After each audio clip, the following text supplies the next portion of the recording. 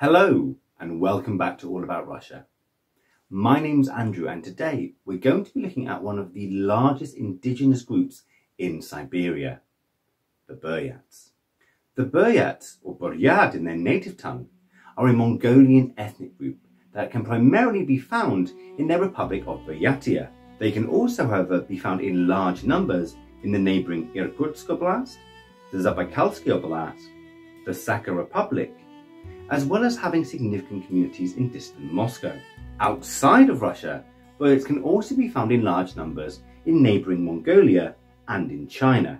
There are over 500,000 Buryats around the world, with over 450,000 of them residing within the Russian Federation. The name Buryat is of dubious origin. Some theorise it may have come from an old Mongolian word, burika, meaning to evade or avoid. Others theorise it came from the term bu-oirot, meaning old forest. Alternatively, the name Buryat may be simply a Russified version of the Mongolian tribe Bargut, a connection we will be exploring later in this video. Whilst there is little consensus about where the name Buryat came from, there is pretty much unanimous consensus about where the Buryats are from, their homeland of course being around Lake Baikal. Most Buryats speak Russian as a first language, though Buryat itself is also widely spoken, both in their own republic where it holds official status and abroad. It is considered a separate language to Mongolian, though many Halka Mongols can easily understand the Buryat tongue and consider it a dialect of their own language. Officially, it is in the Buryat branch of the Mongolian family tree. There are 14 official dialects of Buryat, with the literary language being Horin. Traditionally, the Buryats used the old Mongolian script for their writing system from around the 17th century onward. But due to differences between Mongolian dialects, this actually caused problems for the westernmost Buryat tribes. With the inclusion into the Russian, then Soviet empires, the Buryats received a Latin alphabet in 1926, followed by a Cyrillic one in 1939. Interestingly, the Buryat Lama Dorjiev actually created a language specifically for use with the Buryat tongue. This did not take off especially well, however, and was quickly forgotten about by the Buryats. Traditionally, the Buryats consisted of 11 tribes of supposedly mythological backgrounds. Through historic migration and division, there are now dozens of tribes, many with sub-tribes under them, bound by both blood and marriage. Though the role of these clans have eroded since the 19th century and hold little relevance for most Buryats today. The origins of the Buryats themselves are a little vague and somewhat controversial. As we mentioned in our video on the Buryat Republic, check that out if you haven't. Whilst the Buryats are a Mongolian people, their origins are perhaps non-Mongolic. One theory cites the ancestors of the Buryats as the Dingling, a people living in and around Mongolia during the 4th century BC. It is unclear whether they spoke a Mongolian tongue or a Turkic one, as many of the peoples of Siberia did at this time. Regardless, by the 1st century BC, the Dingling had been incorporated into the Xiongnu Empire, a proto-Mongolic state. As various empires rose and fell on the steppe, such as the Xianbei Empire and the Rouran Khanate, the Dingling were absorbed by the larger peoples around them, notably the Tiela. The Tiela consisted of several tribes, and as of the 6th century and the collapse of the Rouran Khanate, this included one tribe, the Buryat. This tribe was accepted by most historians and ethnographers as one of the forefathers of the modern Buryat people. The Buryat were a Turkic-speaking people who inhabited land around Lake Baikal. Yet the Buryats also claim more distant heritage as well. In the 10th century, with the collapse of the Uyghur Khanate to the south, a tribe migrated northward into the land of the Buryat, the Kurikan. Interestingly, both the Kurikan and the Buryat were Turkic-speaking peoples, and within a few generations, both tribes were living alongside each other on the banks of Lake Baikal. This theory is a little controversial, as it suggests that the Buryats were not Mongolian in origin, but instead Turkic. Regardless of whether this is true, by 1207, both Mongolian influence and the Buryats themselves were recorded, When Yochi of the Mongolian Empire conquered the Tiele, this included the tribes of the Bayerku and Korikan. The Barguts, as the Buryats may have been recorded, were incorporated into the Mongolian forces, and a period of Mongolization began. There is some debate about whether the Barguts were simply the Buryats by a different name, or a completely independent Mongolian group. Irrespective, the outcome was the same: inclusion into the Mongolian Heartlands. This was so much so that by the end of the Yuan dynasty in China in 1368, the Buryats, as part of a power block with the Oirat tribes, were acting as kingmakers for the northern Yuan, the remnants of the Mongol Empire in China. The nature of the Oirat-Buryat relationship was one very traditional for Mongolia, and by that I mean tributary. As the Ming advanced north to try and extinguish the Mongol flame, this brought them into conflict with the northern Yuan. Additionally, fighting over the throne of Genghis brought the Oirats into conflict with the easternmost Mongols. This unrest across Mongolia led to a gradual influx of tribes heading for the relative safety of the north near the land of Lake Baikal, bringing their ways and lifestyles to the Buryats who were already residing there. This had the process of Mongolifying the Buryats further, if indeed there was anything further to Mongolify. The nature of Mongol rule was, in essence, predatory, and as Oirat power waned, the Buryats found themselves paying tribute to the Khalkha instead. Yet they themselves were not above this system, and the century brought them into conflict with the Yakut tribes to the north, as they levied their own taxes and tributes on the various Ket and Nenets tribes in their vicinity. Buryat life in the 16th century very much resembled that of the previous century and the century before that. A mixture of grazing cattle, raiding enemies, paying and collecting tribute was all the norm for the various Buryat clans who lived on the vast steppe surrounding Lake Baikal. Yet the 17th century would mark a profound change to the Buryat way of life, dragging them away from a Mongolian-inspired existence, more toward a Russian one. In 1609, Cossack explorers arrived for the first time in Buryat lands, having crossed western Siberia. Seeking furs in the form of tribute, the Cossacks put themselves immediately at odds with the proud Buryat tribes. Later attempts to force Christianity upon the Buryats hardly helped matters, and for the first half of the 17th century, an unofficial state of war existed between the Buryats and the Russians. Various forts on both the Angara and Lena rivers were intermittently attacked and torched by the fierce Buryat tribes. Yet Russian expansion was persistent, and by 1643 they had reached the westernmost shore of Lake Baikal. Despite knowing the land and being some of the fiercest warriors in Siberia, the Buryats were losing ground. The reasons for this are twofold. Firstly, not having ready access to firearms limited the effectiveness of traditional Mongol tactics of warfare, as well as made breaching Russian forts much harder. This let the Russian Cossacks hinder and prevent Buryat tribes from roaming quite as freely as before. Secondly, whilst repelling the Russians, a new enemy had appeared to the far east, the Manchus. Beginning in 1636, the Jurchen tribe of Manchuria had united and began to attack both China and the Mongol tribes to their west. This pressure, whilst not on the Buryats themselves, was upon their overlords, the Khalkha, who called the banners again and again and again. By 1655, a sort of détente had been reached between the Russian Cossacks and the Buryats. Keeping largely to the west of Baikal, the Buryats largely abandoned grazing land in modern Irkutsk Oblast. Relinquishing ideas of conquest, at least for the minute, the Russians began to treat with the Buryat tribes. This was in part because of greater governmental control in Siberia. Fighting the Buryat tribes had been expensive, both in financial cost and in lives, and the Russian government were looking for an alternative. Furthermore, the lawlessness of the area had made it a hideaway for banditry, something that impeded trade. By treating with the Buryat tribes, the Russians bought themselves peace in the area, and with peace comes profit. By the Treaty of Khalkha in 1727, between Qing China and the Russian Empire, both the Buryat lands and they themselves were pledged to the Tsar. This is not to say that the Buryat chiefs immediately accepted Russian overlordship, they certainly did not. However, through a healthy mix of land grants, titles and bribes, the loyalty of the Buryat chiefs was bought by the Russian state. This pacification also allowed for a greater influx of people to the region and trade from China. So why did the Buryats accept this?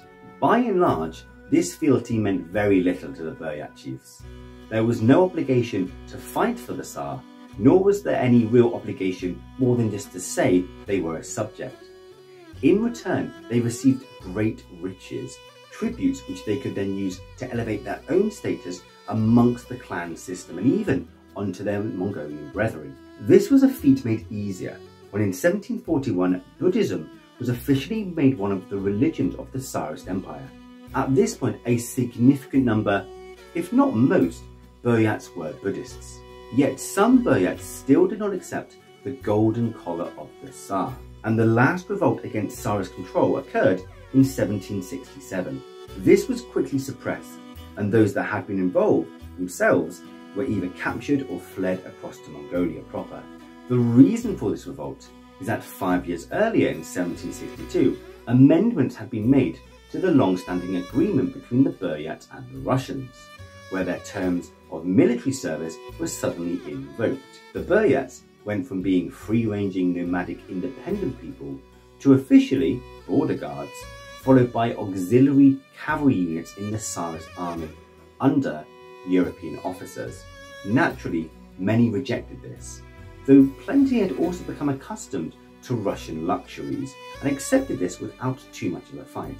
The advent of the 19th century marked a stark difference for the Buryats even a century ago. The traditional clan system was beginning to be eroded with the input of money into Buryat society, taking away both the authority and the efficacy of the Buryat clan leaders. This was coupled by the encouragement of Buryats to settle down and farm specific plots of land, further dividing Buryat society between those who were still pastoral and those who were sedentary. This is not to say that the Buryats did not farm, they certainly did, but never specific lands assigned to specific people. Military obligations took many young Buryat men far from their homes and their families. This change was so much so that in 1851, when the Trans-Baikal Cossack host was raised to serve the Tsar in the Russian Far East, many Buryats were incorporated into its ranks. This is something of an irony, as these are the same Buryats whose great-grandfathers had fought the Cossacks when they first arrived. These Buryats served with distinction in both the acquisition of the Amur region in 1861 and the suppression of the Chinese Boxer Rebellion in 1899.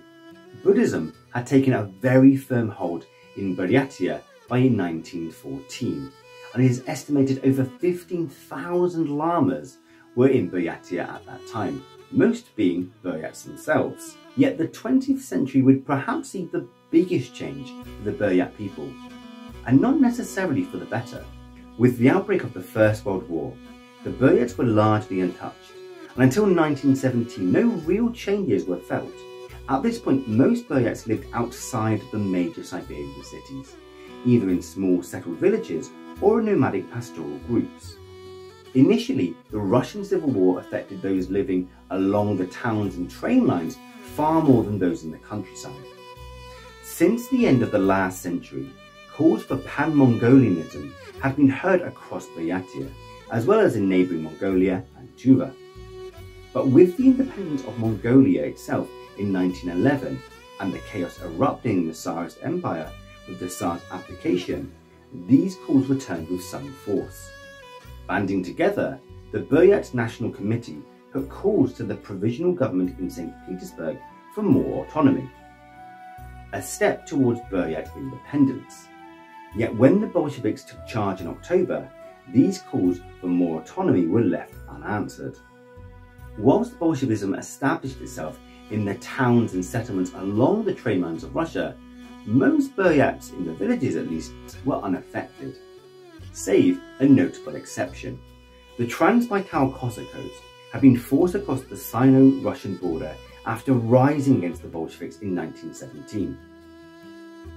A year later, when the Czech Legion Remember those guys from the Chelyabinsk episode?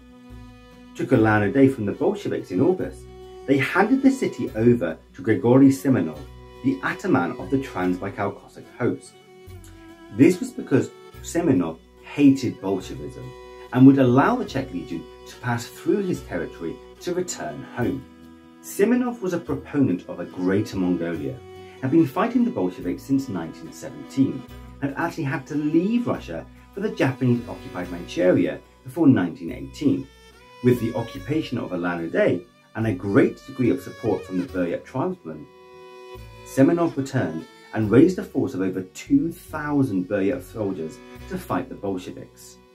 In these endeavours, he was both sponsored and supported by the Japanese, who held sway over a huge part of eastern Russia at this point. Sorry, the Japanese? Yes, dear viewer. If you recall from our videos on the Amur region and Buryatia, the Japanese occupied much of eastern Russia during the Russian Civil War. This was nominally to secure it against Bolshevik forces to allow the Czech Legion to pass through safely, but in reality was pretty much a land grab. Leaning on the remnantly popular ideas of pan-Mongolianism, Simonov committed countless atrocities against the Russian and Soviet-aligned peoples under his control. The fact that he played up his own Buryat heritage in his dealings with both the Japanese and with the Soviets he encountered led the Buryats to come to the particular attention for the distant Soviet People's Commissar for Nationalities, Joseph Stalin. When the Soviets drove Simonov over the Chinese border into Manchuria, plenty of Buryat tribesmen fled with him. Many more, however, stayed in their villages and yurts. Some had even been lucky enough to be ignorant of what was happening around them and had no idea of the dangers they faced as Soviet rule was cemented around them. Despite Stalin's wariness of the Buryats, they were not initially punished. As Soviet troops moved on into Mongolia, chasing after one of Simonov's lieutenants, the feared Baron Ungern, Buryat translators were incorporated into the Soviet army to help spread the revolution among their Mongolian brethren. This involvement also led to the Buryats being involved in putting down several uprisings by the Mongolians against Soviet power throughout the 1920s. This in turn led to a rift between the Buryat and Mongolian peoples, many Mongolians seeing the Buryats as nothing more than Russian stooges. Once Soviet rule had a firmer presence in Buryatia, things began to change. Starting in 1926, the lamasteries, pillars of the Buryat community and centres for training Buddhist lamas, fell foul of Soviet religious policy and were taxed heavily, often into oblivion. 2 years later, leading Buryats in the Soviet system were systematically purged on grounds of counter-revolutionary activities or pro-Japanese sympathies. In 1929, mass collectivizations, the abolishment of the clan system, and mass requisitions were all inflicted on the Buryats, as well as other nationalities along the Trans-Baikal, Buryat and Irkutsk regions.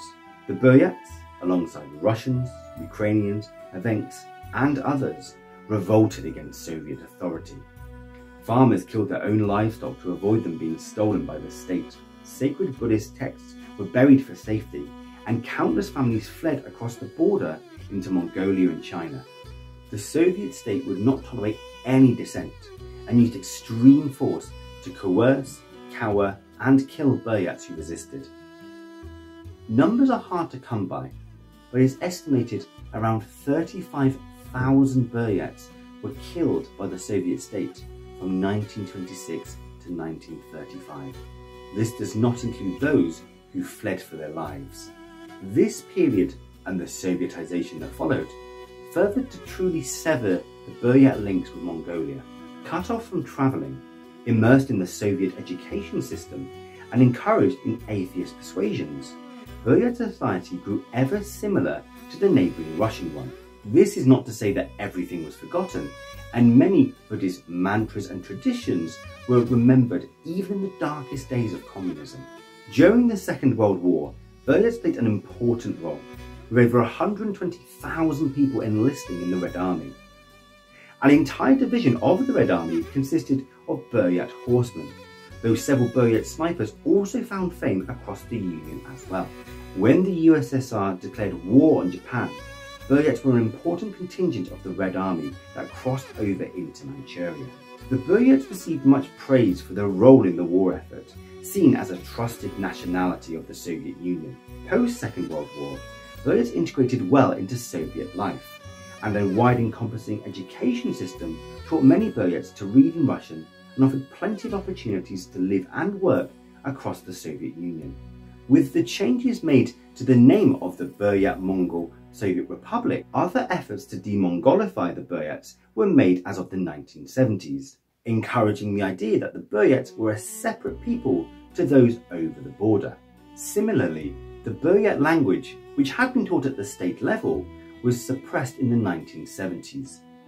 Though it is worth mentioning that this is not unique to the Buryat experience, as many of the nationalities of the Soviet Union were discouraged from using their own native languages and encouraged to use Russian at the official level. This was done as an attempt to further integrate them into the Soviet system. With the collapse of the Soviet Union, the Buryats have suffered like most of the people of the Union, but in some respects have actually prospered. The freedom to explore their past has led to a renewal of links with other Mongolian people, and since the 1990s, Buryats have taken more control in their own republic, and today Buryat is an official language of Buryatia. Furthermore, there has also been an uptake in lamaistries and Buddhism as a whole, as well as their own native faith. Most Buryats are Buddhist by faith, following the Tibetan or Mahayana style, though a small Orthodox Christian community does exist. Having had something of a revival, the Buryat native faith of Tengrism boasts a small but growing following as well. This faith, which has lost much ground to Buddhism over the last 300 years, holds that the world is divided into three parts: the Tengeri or heavens, the Boholdi or the earth, and the lower spirits. There is a belief that spirits control much of the world, and shamans are used to interact and deal with said spirits. The shamans of Buryatia can be divided into three categories: white shamans, who deal with good spirits, black shamans, who deal with evil spirits, and yellow shamans, those who deal with good spirits but use many Buddhist-inspired mantras and symbols in their dealings. These shamans were suppressed during Soviet times, but now range the steppe practicing their rites with freedom. Buryat culture and tradition is, unsurprisingly, very rich, and draws a lot upon their shared Mongolian heritage. National clothing looks very akin to the Mongolian national dress, with a long kaftan called a degela worn over comfortable riding trousers, and topped with a small Kono hat called a malgai. These are often adorned with red tassels, which are a symbol of good luck. Naturally, such clothing is made from Asian materials, and looser, airier silk and even paper are used for the summer clothing, whilst fur and wool are used for the colder winter clothing. Whilst both men and women wear trousers in Buryat national dress, jewellery is more common amongst women and can be seen adorned with various rings, amulets and torques. Similarly, hairstyles are important, and traditionally one could tell whether a Buryat woman was married or unmarried based on the style of her braid. The patterns and colours used vary from tribe to tribe, though something of an east-west divide does exist. Of course, the Buryats are a modern people and wear modern clothing, with their national dress reserved primarily for weddings, festivals and national holidays. There are many such holidays throughout the year for the Buryat people, though three stand out. Erin Gurban Ladan is a traditional summer festival of the Buryat people and translates to the three manly games. This festival involves competitions in archery, horse racing and wrestling, the national sport of the Buryat people. The new year, according to the solar calendar, is celebrated as Sagalgan, or the White Month, and is often accompanied by the Yohor dance, a huge linked hand dance around a circle where participants sing a cappella whilst following the movements of the sun. Celebrated since 1993, a new Pan-Buryat festival of Altargana is held in Russia, China or Mongolia in a rotation and aims to bring together and celebrate the Buryat communities in each of these countries. Its name comes from a steppe flower famous for its hardiness and resilience. Buryat mythology is also very rich and shares much with neighbouring Mongolia. The national epic, the Gesir, is the same as that of Mongolia, yet with the Buryat version, more emphasis is put upon King Gesir of the Kingdom of Ling's struggle against demons. Whilst wrestling is the national sport of the Buryats, throat singing is also a very popular pastime and something they have found fame across Asia and Europe for. Those of you who are curious can hear a little bit of that now.